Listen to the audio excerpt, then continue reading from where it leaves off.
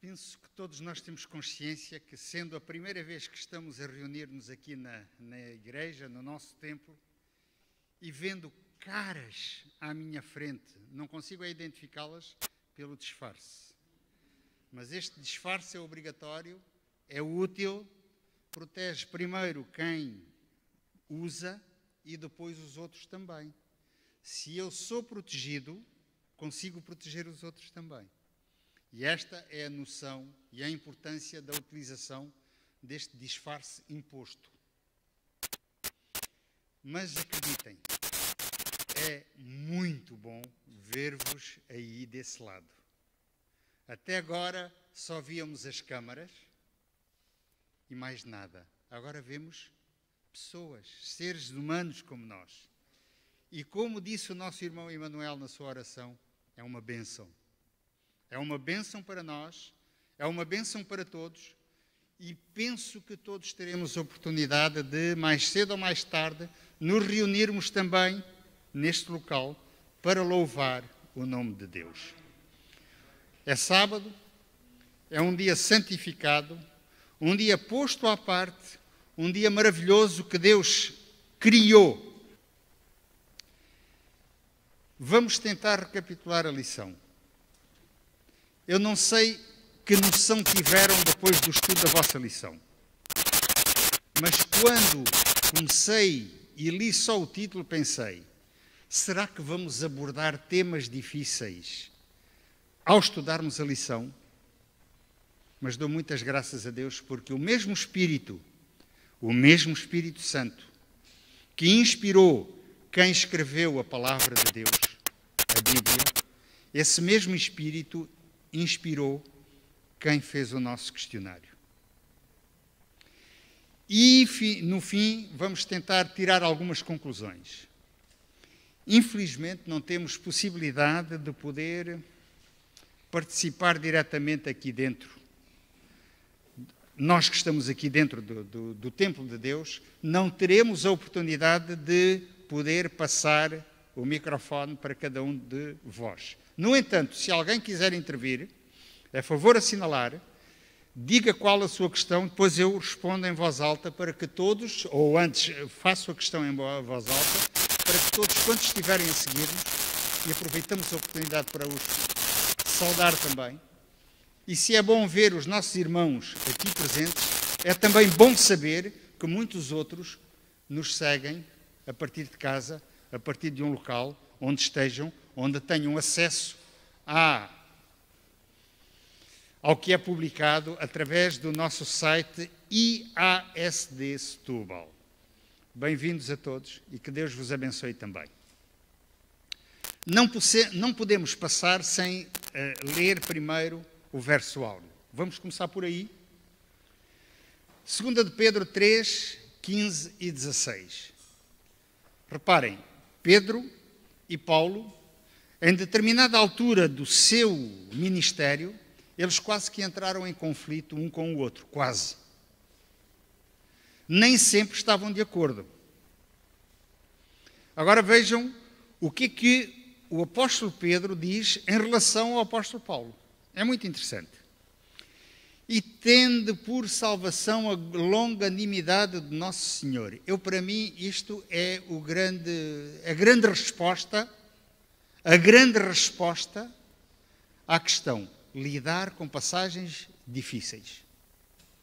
É a longanimidade do Nosso Senhor que nos faz perceber melhor a mensagem que Ele nos quer transmitir. Mas continua o apóstolo Pedro dizendo, como também o nosso amado irmão Paulo vos escreveu, segundo a sabedoria que lhe foi dada. Dada por quem? Ainda há pouco falámos do Espírito. Exatamente, o mesmo Espírito Santo que inspirou este apóstolo Paulo e que inspirou os nossos irmãos que escreveram ou que nos fizeram estudar esta lição. Falando disto, como em todas as suas epístolas, continua o apóstolo Pedro a dizer, entre as quais há pontos difíceis de entender. Isto é verdade. Será que há pontos difíceis de entender ao nível da palavra de Deus? O que é que acham? Já falaremos um pouco mais adiante. Eu já ia começar, mas vamos ver até o fim. e inconstantes torcem. Estão a ver? E há quem torça, há quem mude o que foi dito. Falaremos também um pouco mais adiante. Daqui a pouco estão a dizer, ok, só falamos adiante, agora não falamos nada, não. E igualmente as outras escrituras para sua própria perdição. Quando nós dizemos, eu penso que, muito cuidado. Quando eu chego a esta conclusão, eu penso que, quem pensa sou eu. Provavelmente o Espírito Santo tem um outro pensamento em relação a isso. Eu levanto já uma questão. Quem um dia poderá perceber plenamente, e eu sublinho bem esta palavra, plenamente, na totalidade, o que é Deus? Acham que os anjos conseguem perceber de uma forma plena quem é Deus? Deus tem sempre algo que nos faz surpreender, até aqueles que têm uma capacidade mental superior à nossa, porque não têm o pecado a baixar. Ninguém poderá. Irmão White afirma, levaremos a eternidade para perceber uma coisa só, o amor de Deus. E mesmo assim vamos dizer, se calhar ainda há mais qualquer coisa que eu não percebi bem. Portanto, não queiramos agora, já, neste momento, perceber tudo de forma plena. Ok? Já estamos a levantar aqui algumas questões, se calhar.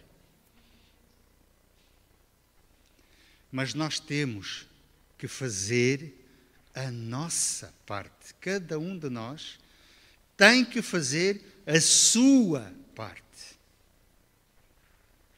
E isso não vai ser possível evitar. Nós teremos que fazer cada um a sua parte. A lição é muito clara, a meu ver, porque dá dicas para nós percebermos melhor como interpretar aquelas passagens eventualmente difíceis. E se repararam bem, na parte de sexta-feira, mesmo no final da lição, foi levantada uma questão que nós, por vezes, respondemos de uma forma, digamos, espontânea, imediata, mas eu pergunto, será que a resposta que nós ouvimos desde sempre é a única resposta? Ponham algum ponto de interrogação. Chegaremos lá para tentar entender. Primeira parte, e agora é impressionante porque nós não podemos estar a dividir a lição, ou antes, fazer a lição como eu tenho o hábito de recapitular. Num conjunto e depois vamos falando de todas as coisas. Eu acho que nós temos que ir de forma metódica, seguindo quase dia a dia aquilo que estudámos em casa. Opa, eu disse eu acho. Recordam-se o que eu disse ainda há pouco? Eu acho que... Muito cuidado, fiz de propósito para ver se estávamos atentos.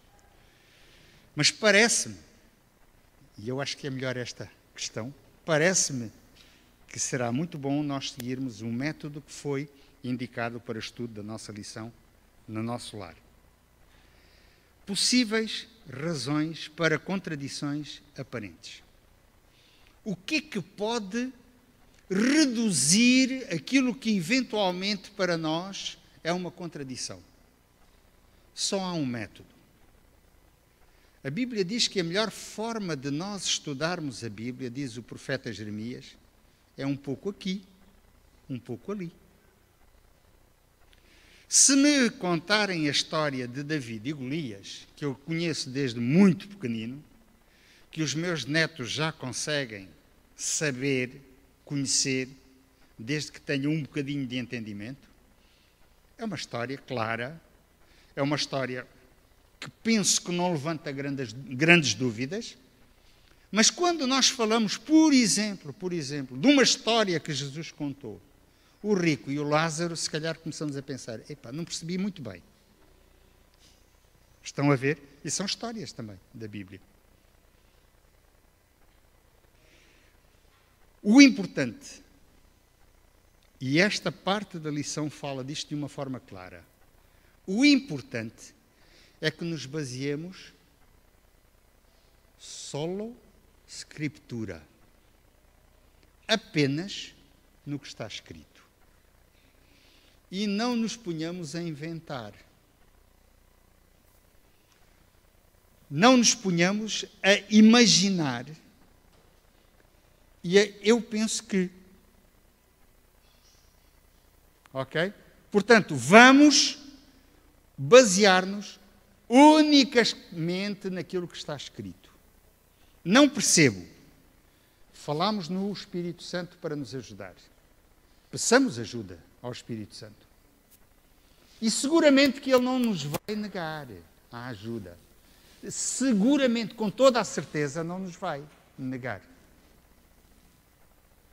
O apóstolo Tiago diz, Tiago 1,5, se alguém tiver falta de sabedoria, tem um caminho a tomar. Qual é? Pedir a Deus, que a todos dá. Então, se Ele dá a todos, pode-me dar a mim também. Se não tenho a sabedoria suficiente para poder entender aquilo que está escrito na palavra. Sabem que isto muitas vezes faz com que se criem doutrinas que não têm fundamento na palavra de Deus. Simplesmente porque eu acho que, parece-me que. Agora, podemos levantar outras questões. Uma delas é a seguinte: será que a tradução foi feita de forma correta? A Bíblia não foi escrita em português, que é a nossa língua, a língua que nós mais dominamos. Recordo-me que o meu pai dominava 5 línguas diferentes. Mas foi escrita numa língua que hoje até nem existe. No aramaico, antigo, no grego, antigo, já houve adaptações, já houve mudanças. Até no nosso português já queremos mudar. Porque há bué de coisas que foram corrigidas, foram transformadas, foram mudadas. E não sei se vocês sabem, mas a palavra bué já consta do nosso dicionário. Mas eu não me recordava disso até ouvir falar os miúdos, os mais novos, falarem dessa forma. Estão a ver? E isto depois pode eventualmente mudar um pouco o sentido de uma frase. Portanto, eventualmente poderá ter havido alguma falta ou alguma tradução que não é propriamente aquilo que se queria dizer. Tanto mais que estas línguas antigas eram chamadas línguas pobres. O que é uma língua pobre? É uma língua em que um só termo pode ter imensos significados. Dependendo do sentido da frase, dependendo do pensamento de quem está a escrever uma determinada frase. Ora, isso também poderia eventualmente criar no tradutor uma ideia que não seria a absolutamente certa daquilo que estava a ocorrer no pensamento de quem escreve. E não nos esqueçamos de uma coisa. Mesmo nós que temos uma língua que tem muitos sinónimos, muitas palavras que podem dizer a mesma coisa, nem sempre escrevemos aquilo que pensamos. Verdade ou mentira? Nem sempre nós conseguimos transmitir na plenitude aquilo que é o nosso pensamento ao escrever. Portanto, estas pequeníssimas falhas poderiam criar problemas. Por isso é que Deus foi dando pensamentos semelhantes a outros para que escrevessem de outra forma. Por isso é que nós temos que ver um pouco aqui e um pouco ali. Por isso é que nós não podemos sair de quê? Do que diz a palavra de Deus. Nós temos um privilégio superior em relação a outros, que é uma escritora cristã que nos ajudou com escritos maravilhosos E que ela diz, atenção, esta é a luz pequena que aponta para a luz maior. Qual é a luz maior? A palavra de Deus. A luz pequena é aquilo que eu quero transmitir. Falo da nossa irmã White, Ellen White. Vamos ler só aqui um pequenino trecho dela, que eu acho que nós não podemos deixar passar sem ler. Na parte de domingo ela diz o seguinte: alguns olham-nos seriamente e dizem: não achas que deve ter havido algum erro nos copistas ou da parte dos tradutores? Tudo é possível, tudo é provável. E a mente se for estreita, que hesite e tropece nessa possibilidade ou probabilidade, estaria igualmente pronta a tropeçar nos mistérios da palavra inspirada, porque a sua mente fraca não pode ver através dos desígnios de Deus. Ou seja, se eu não deixo que seja Deus a abrir a minha mente para me inspirar, para me mostrar aquilo que Ele quer dizer em algo mais aparentemente simples, eu não vou aceitar de forma nenhuma qualquer palavra vinda de Deus. Portanto, não é só basear na Escritura, mas é também termos uma mente mais ou menos aberta, pronta a receber aquilo que Deus nos quer mostrar através da sua palavra. E irmão White continua, já agora vamos ler até o fim. Ok. Sim, com a mesma facilidade tropeçariam em factos simples que a mente comum aceita e em que discerne o divino, e para quem as declarações de Deus são simples e belas, cheias de essência e riqueza. Mesmo todos os erros não causarão dificuldade a uma alma, nem farão tropeçar os pés de alguém que não fabrique dificuldades da mais simples verdade revelada. Portanto, se há situações que eu posso não compreender, também há algo em mim que não me abre o pensamento para poder receber aquilo que Deus quer dar de muito simples. A segunda parte fala-nos de várias características que cada um de nós deveria ter para melhor perceber a palavra de Deus. E uma delas é sinceridade. Retidão, uma outra característica. Ter uma linha de pensamento construída, uma linha de pensamento com princípio, meio e fim, e não pegar as coisas de uma forma solta. E muitas vezes nós temos este hábito de pegar no que é mais favorável àquilo que eu penso do que propriamente ver, olha, deixa cá ver o que é que diz um pouco antes e já agora vou ver o que diz um pouco depois. Quem tem,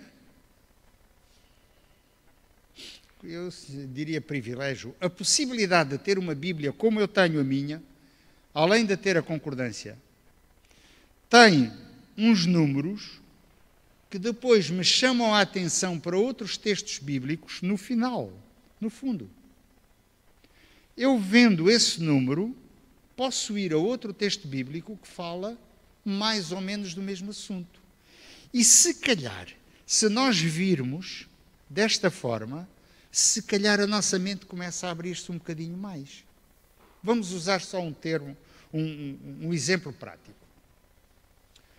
Quantas pessoas fizeram ou escreveram a biografia de Jesus enquanto esteve na terra como mestre? Quantos foram? Sabem quantos foram? 4. Mateus, Marcos, Lucas, João.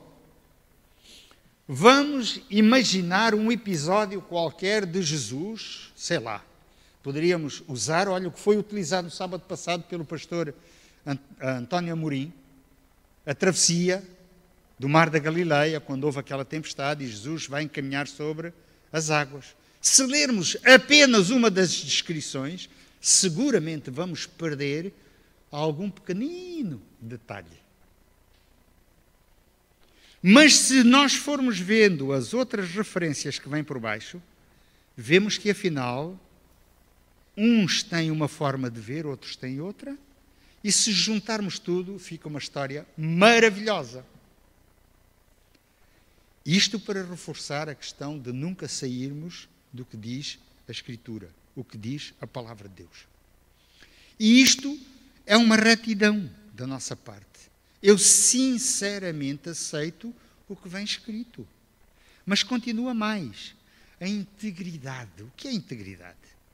É uma linha de pensamento que me parece ser a melhor, e se estiver de acordo com o que diz a Palavra de Deus, me faz com que eu, como ser humano, que tenho ainda algum entendimento, o senhor alemão ainda não atacou plenamente. Conhecem o senhor alemão? É o senhor Alzheimer. Ainda não atacou de forma violenta, vem só devagarinho, e eu consigo ter uma forma de pensamento e perceber que, afinal, há outros pequenos detalhes que me ajudam a compreender melhor a palavra ou o texto que eventualmente me poderia levar a ter dúvidas. E continua. Perseverança. Perseverança na doutrina. Ou seja, não ir procurar em outros pensadores que não estejam de acordo com o que diz a Palavra de Deus. Porque aí entramos na filosofia. Eu uma vez dei aqui a definição de filosofia. Sabem qual é a melhor definição de filosofia? É a ciência com a qual e pela qual eu fico tal e qual. Isto é a definição de filosofia. Porque há um que pensa de uma forma, outro pensa noutra, e diz, afinal, quem é que tem razão? Enquanto que aqui não. A linha de pensamento mestra é dada pelo Espírito Santo. E quantos Espíritos Santos existem? Um só. Estão a ver o que é nós termos a tal mente aberta, capaz de perceber. Agora, há um grande risco para quem quer estudar somente na Palavra de Deus. E esse risco é uma palavrinha com duas letras. Imaginam qual é? Eu.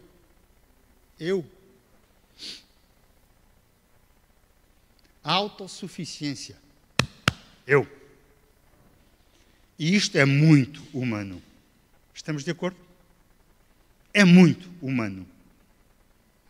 É isto que nos afasta mais de Deus. Não é Deus que se afasta de mim, sou eu que me afasto de Deus. Estamos de acordo ou temos dúvidas? Agora, pensar que eu sou autossuficiente, pensar que aquilo que eu ouvi é a única verdade, e se eventualmente não estiver completamente de acordo com o que diz a Palavra de Deus, é um risco imenso de falha, de, como dizer, quebra. A perseverança ou persistência no estudo da Palavra de Deus faz-me pensar num homem que nos deixou escritos maravilhosos e, sobretudo, uma linha de pensamento maravilhosa. Lembram-se de Daniel, quando acabou de escrever o seu livro profético, como é que ele estava? Eu vou utilizar um termo de pugilista. Ele estava Q.O. Ele estava prostrado, estava deprimido, estava perturbado. Eu não percebo nada disto. O que é que disse Deus? Oh, amigo, tem calma. Imagino, põe o braço assim por cima e diz, Daniel, tem calma. Isto é a minha imaginação, não é? Isto não é para ti.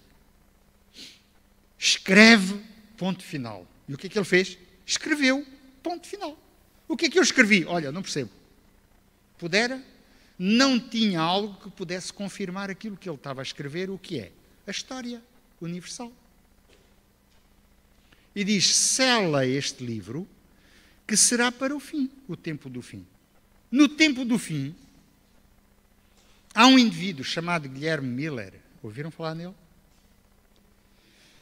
Um simples, poderíamos dizer, camponês, alguém que trabalhava no campo, tinha algum tempo mais livre, abria a palavra de Deus em oração, pedindo a inspiração do Espírito Santo.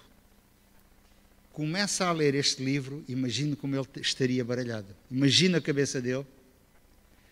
Quanto tempo levou ele para estudar este livro e tentar chegar a conclusões e ver que isto tem tudo a ver com a história universal, e vamos estudar a história universal e depois percebemos a coisa de uma forma mais clara. Hoje, para nós, parece óbvio, mas ele estudou durante 14 anos. Isto é persistência. Isso é deixar-se usar pelo Espírito Santo. E hoje percebemos passagens difíceis, mas conseguimos entender melhor se nós percebermos também e compararmos com a história universal. E isto para nós é mais uma chamada de atenção hoje, quando temos um texto difícil. O que é que eu devo fazer? Ir à palavra, continuar na palavra de Deus e ver um pouco aqui, um pouco ali. Ok? Dúvidas? Se calhar levantei mais dúvidas do que dei respostas. Vem uma outra questão muito importante, que é a parte de terça-feira, que é a humildade. E não podemos deixar de ler um texto do Velho Testamento. Sabem que há muitas correntes, e agora eu não sei se são religiosas, se são filosóficas, que não gostam muito do Velho Testamento. E costumam dizer, isso é,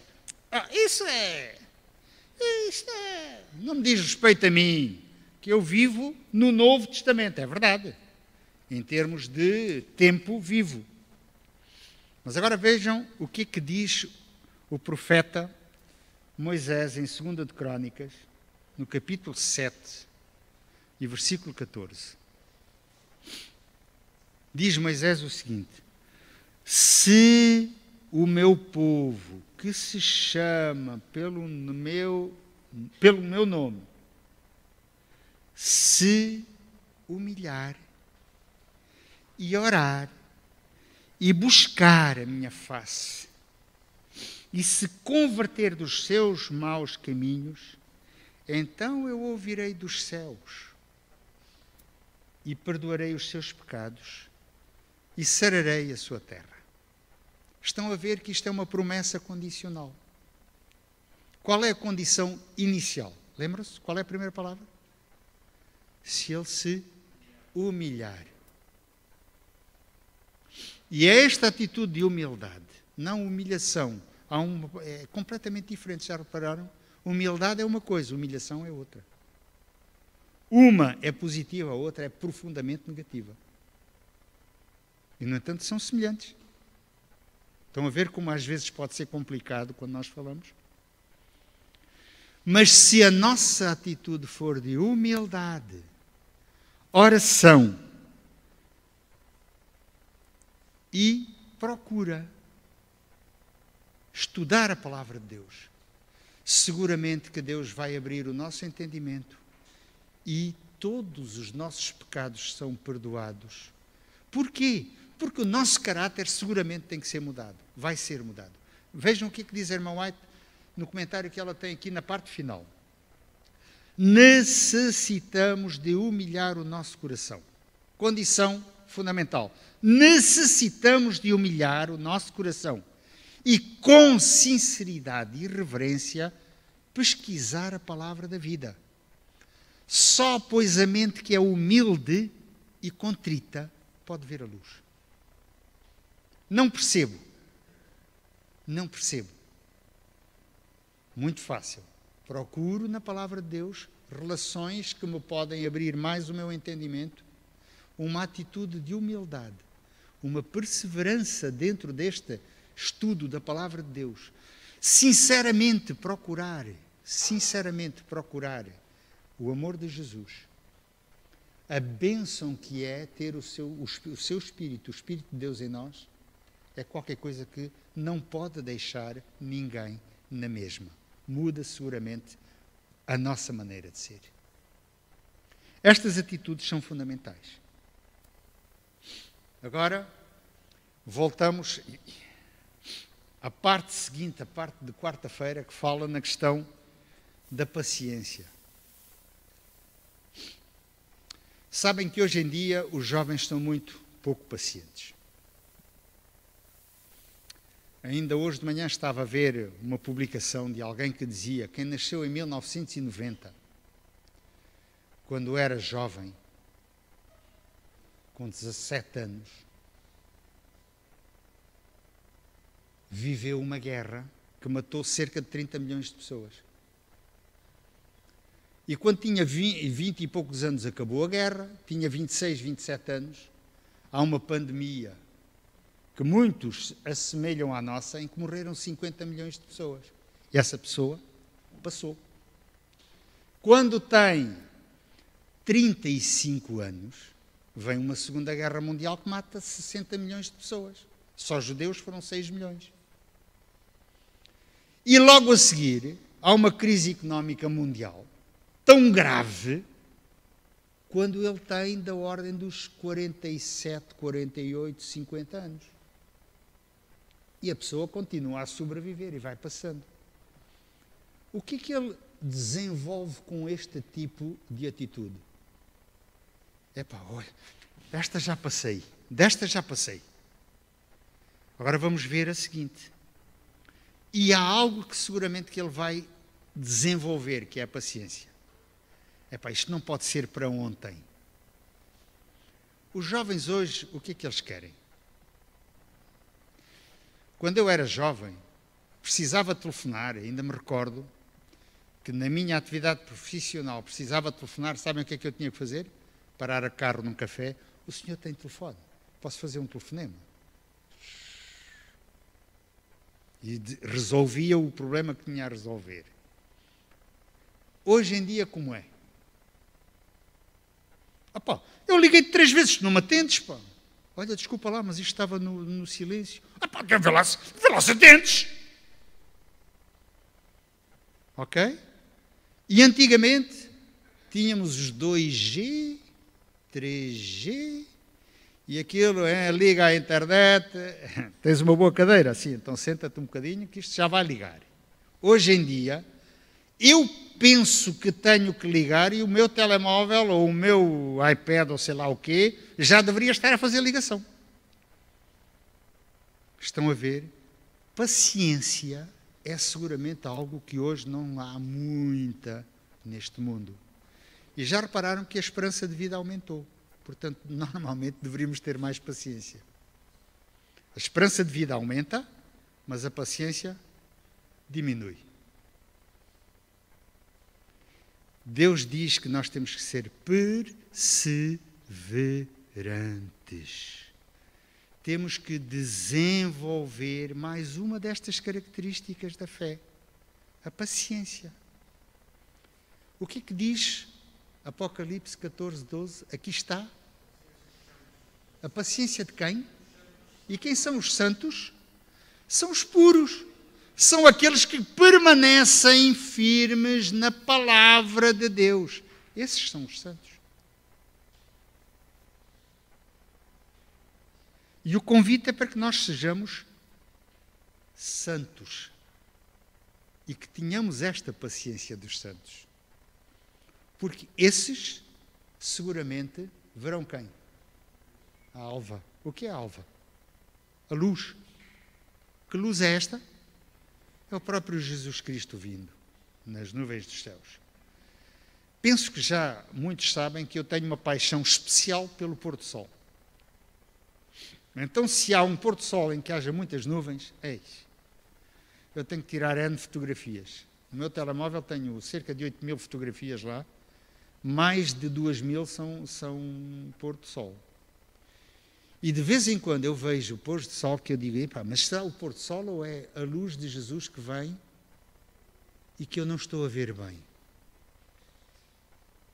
Irmão White diz que aqueles que serão salvos verão uma luz diferente quando Jesus voltar. E vão dizer, é Cristo que vem. E porquê? Porque sabem quais são as características de Cristo. Porque sabem que é este Cristo, Jesus Cristo, que nos salvou uma primeira vez e que vem nos salvar uma segunda vez. Só que esta segunda salvação é eterna. E se é isso que nós queremos, vamos começar desde já a desenvolver esta característica interessante, que é a paciência. Vou ler mais uma frase aqui. Eu em todas tirei assim uma frase que me tocou um pouco e que vem no primeiro parágrafo, diz: qualquer tempo que empreguemos a estudar a Bíblia para tentar descobrir mais acerca do seu significado e da sua mensagem, é tempo bem empregue. Temos todos um privilégio.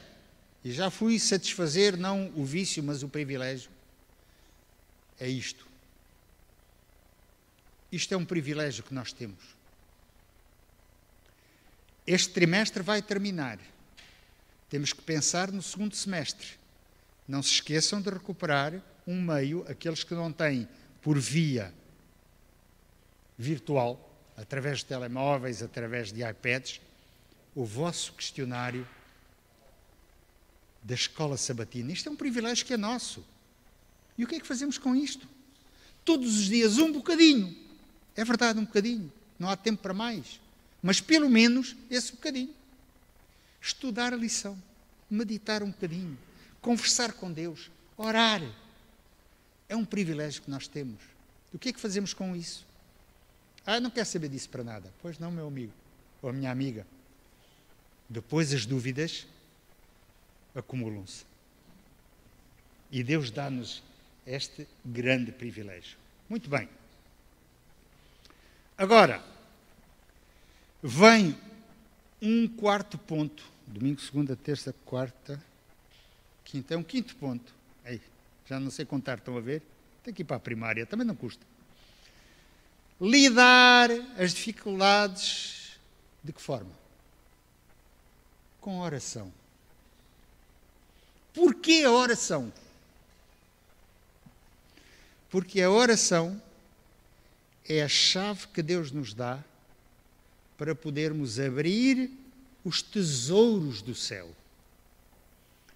É a oportunidade que cada um de nós tem, a oportunidade que cada um de nós tem de poder perceber um pouquinho mais daquilo que Deus nos quer ensinar através da sua palavra.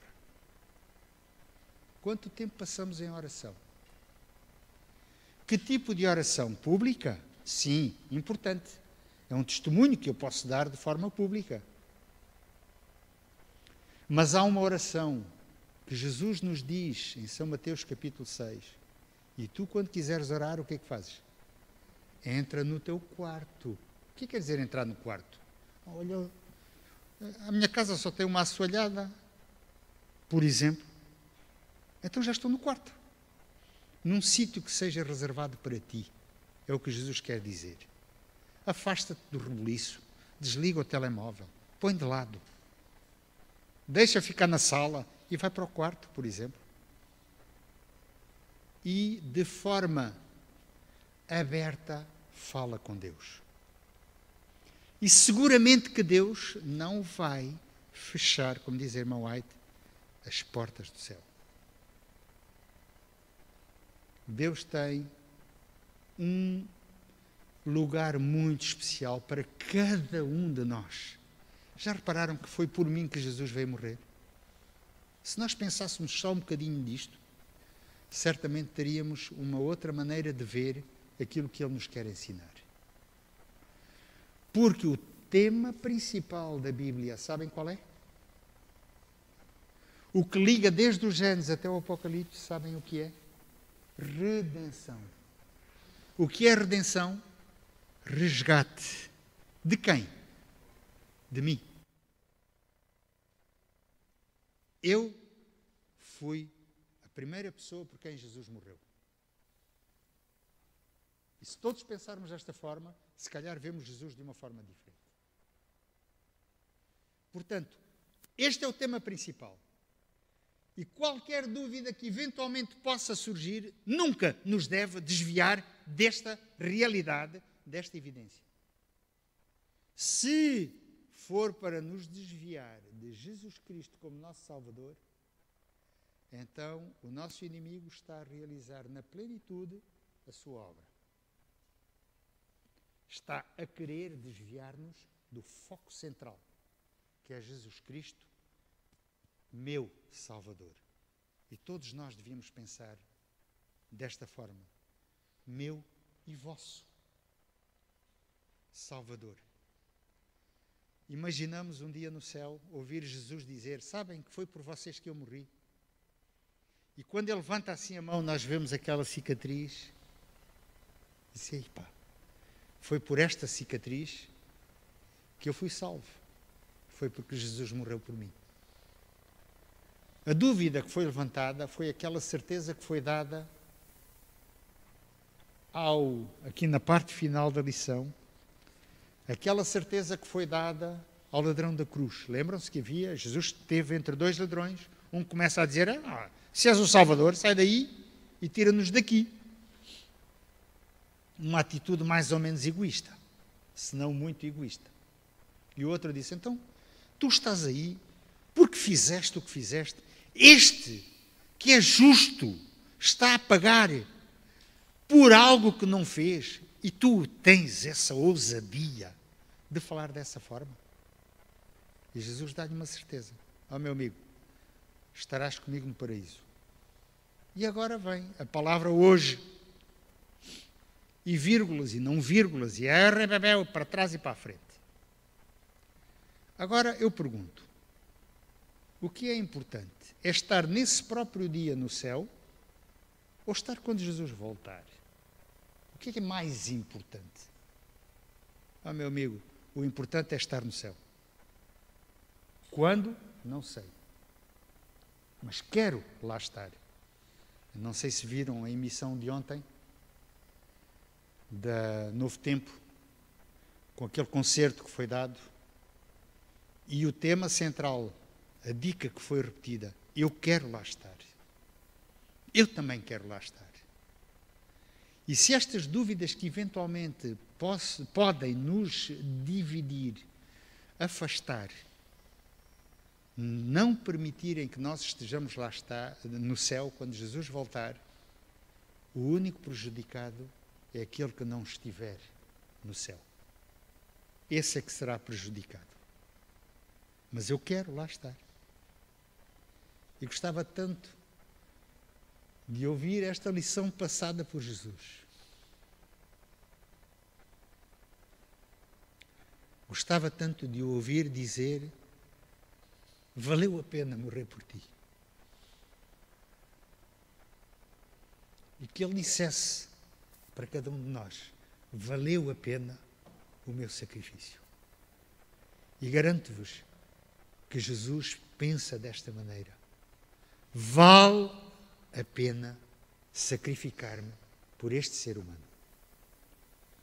Que este ser humano seja cada um de nós, e que possamos no céu abraçar-nos, tirar esta máscara e poder não andar à cotovelada, porque já viram que agora é a forma de nós ou à pesada, mas dizer: meu amigo, minha amiga, recordo-me de ti lá na terra, mas estamos diferentes, porque Jesus nos transformou. Seja esta a esperança e mais a certeza de cada um de nós. Não nos esqueçamos, um texto tirado do contexto é pretexto. Não retiremos e não queiramos acrescentar aquilo que Jesus quer dizer na sua palavra. E que possamos continuar a estudar diligentemente as nossas lições na nossa casa. É a minha sincera oração para todos. Teremos mais uma lição para a semana. Penso que vai ser muito bem animada, convido todos aqueles que eventualmente estiverem aqui no salão, como vejo alguns dos nossos irmãos, mas não vejo a igreja cheia porque não é possível. Com muita pena minha, digo-vos. Mas ver alguns irmãos aqui e ter a certeza que teremos centenas, sei lá, milhares de ligações a conviver uns com os outros, apesar destas limitações, mas podermos pensar que um dia vamos poder conviver, mas de uma forma mais livre, sem o pecado que nos separa, e com este Mestre Jesus que tanto fez por cada um de nós. Esta é a minha sincera oração para todos nós.